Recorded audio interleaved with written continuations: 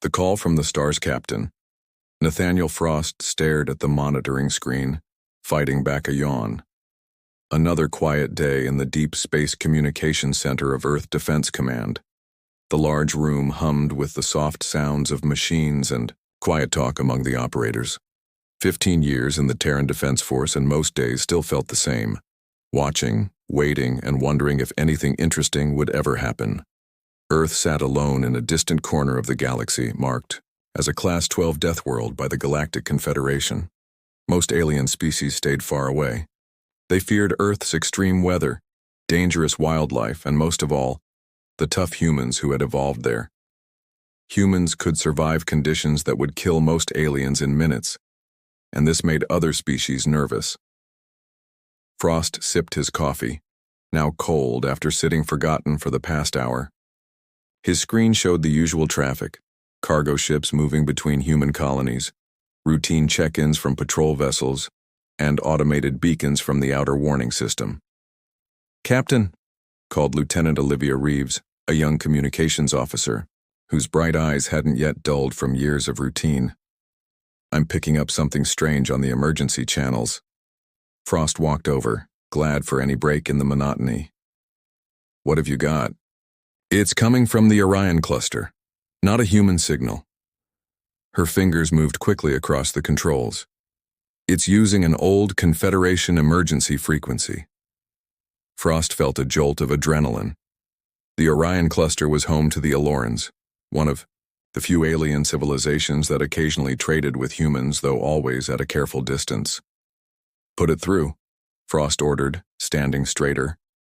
The main screen flickered and a face appeared. The alien had luminescent silver skin with delicate patterns that pulsed with light. Large, faceted eyes that resembled polished opals dominated its features. Frost recognized the species. An Eleran from the Confederation, a peaceful race known for their artistic achievements and strict non-violence philosophies. "This is Ambassador Xylith of the Aloran research vessel Harmony. We request immediate assistance." The alien's melodic voice trembled slightly. "Our ship has been captured by Vex raiders. They have taken our crew hostage and threatened to sell us into servitude." Frost felt his blood run cold. The Vex raiders were infamous pirates who preyed on peaceful species from comfortable worlds. They avoided human ships, knowing that tangling with Deathworlders usually ended badly for them. "We are scholars and diplomats. We have no defense capabilities," the ambassador continued. "Our captors plan to reach their base in 3 of your Earth days. We beg for intervention."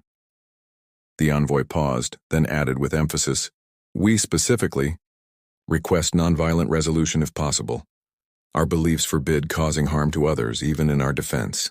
The signal cut out, replaced by coordinates and technical data about the raider vessel. Frost immediately hit the emergency alert button.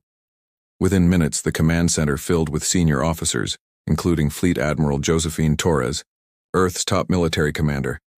Torres was a compact woman with silver-streaked black hair and eyes that had seen too many difficult decisions.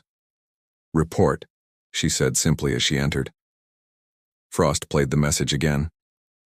The room fell silent when it finished. "The Alorans have always been friendly to us, even when other species won't come near Earth," Torres noted, studying the data on the main screen. "And the Vex raiders have attacked our outer colonies twice in the past year."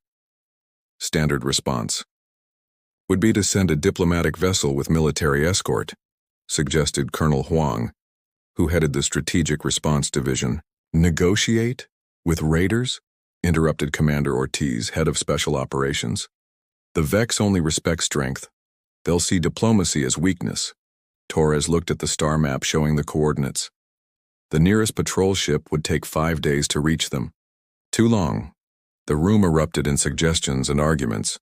Frost watched as Admiral Torres's face grew more thoughtful, her eyes narrowing as she considered options. "Silence," she finally said, and the room immediately quieted. "There is one ship, in range, one that could reach them in less than 2 days." A heavy silence fell over the room as everyone realized which ship she meant. "You can't be serious," Colonel Huang said. "The Leviathan is a last resort battleship. It's never been used for a rescue mission." The Leviathan was designed for high-risk engagements, Torres replied calmly. Its crew is composed entirely of Special Forces operators from Earth's most extreme environments. But the Alorans asked for non-violent intervention, Huang objected. Sending the Leviathan is like using a sledgehammer to swat a fly. Torres turned to face the room. The Leviathan isn't just powerful because of its weapon systems. It's powerful because of who crews it. 23 of the most capable humans ever to serve in our forces. People who can survive conditions that would kill even most humans. She walked to the command console and entered her authorization code. The Vex think they understand danger because they carry weapons and prey on weaker species. They've never faced real Deathworlders. Torres's voice was steady. Sometimes the best way to avoid violence is to show what you're capable of so you don't have to demonstrate it. She pressed the final confirmation button. Send the Leviathan. Across the solar system, in Earth's orbital military dock, alert signals blared throughout a sleek, dark ship. Unlike the bulky vessels that made up most of Earth's fleet, the Leviathan was built for speed and stealth. Its obsidian hull absorbed light rather than reflecting it, making it almost invisible against the backdrop of space. On the bridge, Commander Jasmine Winters, known to her crew as Glacier, received the mission brief. She read it twice, her weathered face showing no emotion. Commander to all crew, she announced over the ship's communication system. Mission alert. Prepare for immediate deployment briefing in 10 minutes. Around the ship, 22 men and women dropped what they were doing and moved with practiced efficiency. They didn't ask questions or waste time. Each had survived conditions that would kill ordinary humans. Each had been chosen for this crew because they represented the best, or worst, depending on who you asked, of what humanity could be. In the engine room, Chief Engineer Marcus Thorne checked the matter-antimatter containment systems. He had grown up in the radioactive zones of old Earth, where his body had adapted to radiation levels that would kill most humans in days. In the medical bay, Dr. Vivian Zhao prepared emergency supplies. Before joining the military, she had worked in disease outbreak zones where most medical personnel refused to go without heavy protection suits. She handled deadly pathogens with the casual ease of someone sorting mail. In the armory, weapons officer Darius Jackson inventoried the ship's arsenal. Raised in the harshest regions of the Australian outback, he could identify and handle hundreds of toxic creatures with his bare hands. His knowledge of poisons and venoms made him equally adept at treating and causing harm. 10 minutes later, they gathered on the bridge. Commander Winters stood before them, her 6-foot frame solid as the ice her nickname suggested. We've received a distress call from an Elleran research vessel, she explained, displaying the alien coordinates on the main screen. They've been captured by Vex raiders and have requested our help. Raiders, spat Navigation Officer Quinn, who had spent his early years diving in Earth's deepest and most dangerous ocean trenches. Cowards who only attack when they outnumber their targets 5-1. Winters nodded. The Aloran ship carries scholars and diplomats. No weapons, no defense systems. They've specifically requested non-violent intervention if possible. A few crew members exchanged glances. That's not really our specialty, Commander, Jackson said, voicing what everyone was thinking. No, Winters agreed, a slight smile appearing on her face. But Admiral Torres chose us for a reason. The Alorans don't need us to fight the Vex. They need us to scare them into surrender. She enlarged the image of the pirate vessel on the screen. And there's nothing more frightening in this galaxy than humans who decide to show exactly why. We come from a death world. The Leviathan's engines roared to life, pushing the ship away from Earth at speeds that would crush the bones of softer species. The mission had begun. Monsters among the stars. The Leviathan moved through space with unparalleled velocity, its specialized engines pushing the ship to speeds that would kill most non-human species. Inside, Commander Jasmine Glacier Winters stood at the center of the bridge, watching her crew prepare for their unusual mission. ETA to target? She asked. Navigation Officer Quinn checked his screens. 8 hours, Commander. We're pushing the engines to their absolute limits. Winters nodded. Even with the Leviathan's remarkable speed, the journey would take nearly a day. Time enough to prepare her extraordinary team for an equally extraordinary mission. All senior officers to the briefing room, Winters ordered. Time to make a plan. The briefing room was austere, with a large table surrounded by chairs. Winters watched as her team filed in and took their seats. They were an unconventional group, nothing like the neat, uniformed crews of standard military vessels. Each person carried the marks of their unique backgrounds. Weapons Officer Jackson arrived first, his arms covered with scars from countless encounters with venomous creatures. Next came Dr. Zhao, whose calm eyes had seen horrors and disease zones that would make most soldiers sick. Chief Engineer Thorne entered, his skin slightly flushed from the radiation he had absorbed over years. Quinn followed, his powerful shoulders built by swimming in crushing deep-sea pressures. Security Chief Valentina Petrov was last, a woman who had grown up in the frozen Siberian wastelands where temperatures killed unprotected humans in minutes. 5 officers, 5 specialists in survival. And this was just the leadership team. The rest of the crew was equally impressive and equally dangerous. Let's be clear about our mission, Winters began. The Alorans have requested our help, but they've asked for non-violent intervention if possible. This isn't our usual approach. Jackson laughed. We're not exactly known for gentle solutions, Commander. True, Winters agreed. But this is why Admiral Torres chose us. The Vex Raiders have never faced true Deathworlders before. She activated the room's display, showing an image of the Raider vessel. It was 3 times larger than the Leviathan, with heavy weapons visible on its hull. The Vex prey on peaceful species because they're easy targets, Winters explained. They've never fought humans in close quarters. They've never seen what we can do. Dr. Zhao studied the image. What about the hostages? The Elleran physiology is fragile. Their bodies can't handle stress or trauma like ours. That's why we'll focus on psychological impact rather than direct combat, Winters replied. We want the Vex to surrender without a fight. Petrov looked skeptical. Raiders don't usually surrender.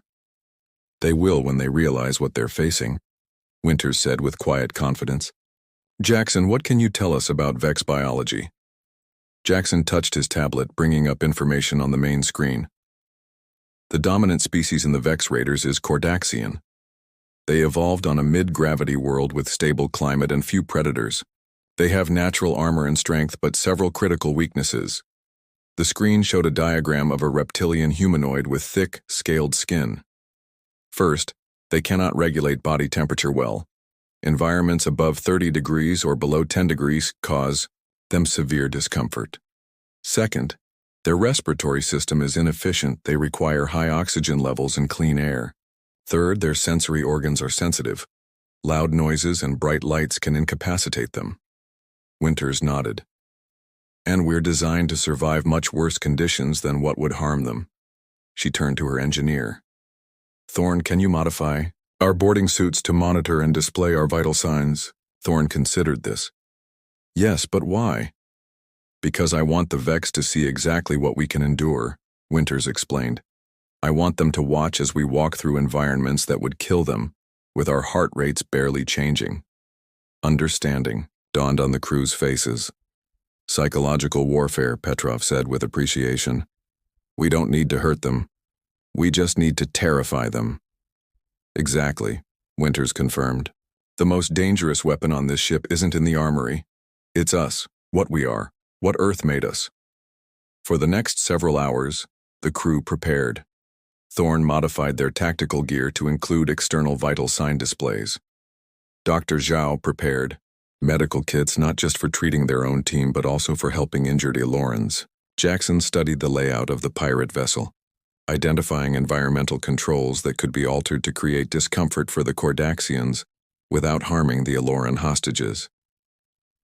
As they approached the target coordinates, Winters addressed the entire crew over the ship's communication system. In 1 hour, we will intercept the Vex vessel. Our mission is to rescue the Aloran scholars without harming them. The Alorans have specifically requested minimal violence if possible. She paused, knowing her next words needed to be clear. This does not mean we will be gentle with the Vex. We will show them exactly what humans are capable of. We will demonstrate why Earth is classified as a death world. We will make them understand that the only reason they survive our encounter is because we choose to let them live. The Leviathan dropped out of high-speed travel with perfect precision, appearing in the shadow of a small asteroid. From this position, the crew could observe the Vex vessel without being detected. "Magnify," Winters ordered. The main screen zoomed in on the pirate ship.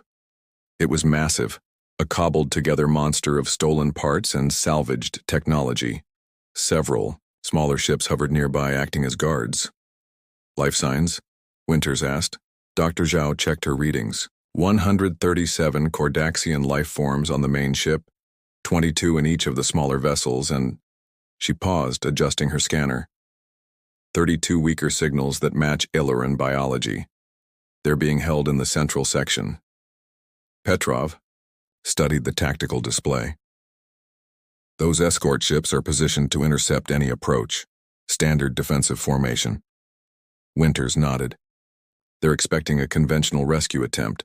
Multiple ships, negotiation, maybe a small strike team." A slight smile crossed her face. "They're not expecting us." Jackson entered the bridge, dressed in the modified boarding gear. The suit was minimal by most standards. Light body armor with attached monitors displaying vital signs. No helmet, just a small breathing apparatus. "Boarding team is ready, Commander," he reported. "Final gear check complete." Winters turned to her crew. "Everyone know the plan?" They all nodded. "Then let's begin. Quinn, take us in. Full stealth mode." The Leviathan moved silently through space, its black hull absorbing light and its engines running in special quiet mode. It approached from below the plane of the Vex formation where sensor coverage was weakest. "Communications range in 30 seconds, the communications officer reported. Winters straightened her uniform. "Put me through to them as soon as we're in range and activate all external cameras. I want them to see us clearly." The Leviathan glided closer to the massive pirate vessel, still undetected. "Communications range achieved," came the report. "Open channel," Winters ordered. "Visual and audio." The main screen split, showing the Leviathan's approach from an external camera on one side. The other side remained blank as they waited for the Vex to respond. "Attention Vex Raider vessel," Winters spoke clearly. "This is Commander Jasmine Winters of the United Earth Command ship Leviathan. We are responding to a distress call from the Illyran research vessel you are currently holding. Release your captives immediately." For several seconds there was no response. Then the blank side of the screen flickered to life, showing the bridge of the Vex ship. At its center stood a large reptilian being, scales gleaming under harsh lights. Yellow eyes narrowed in surprise. "Humans," the Cordaxian captain hissed, sharp teeth visible as he spoke. "One small ship, coming alone." He let out a barking laugh that was echoed by his bridge crew. "You have courage, I admit, but foolishness will get you killed very painfully." Winters remained expressionless. "Captain Zarash of the Vex Raiders, your reputation precedes you. I'll say this once more. Release the Illyran scholars and we'll allow you to leave peacefully." Zarash's yellow eyes widened slightly at hearing his name, but his surprise quickly turned to amusement. "You know my name." "I'm flattered," he said, mockingly. "But you should also know that I command 5 ships and nearly 300 warriors. You have what? One small vessel with perhaps 20 humans?" He leaned closer to his screen. "Leave now, or join our collection. I've never owned human slaves before. It would be interesting." Winters nodded slightly, as if accepting the decision. "Chief Engineer, activate ramming protocols."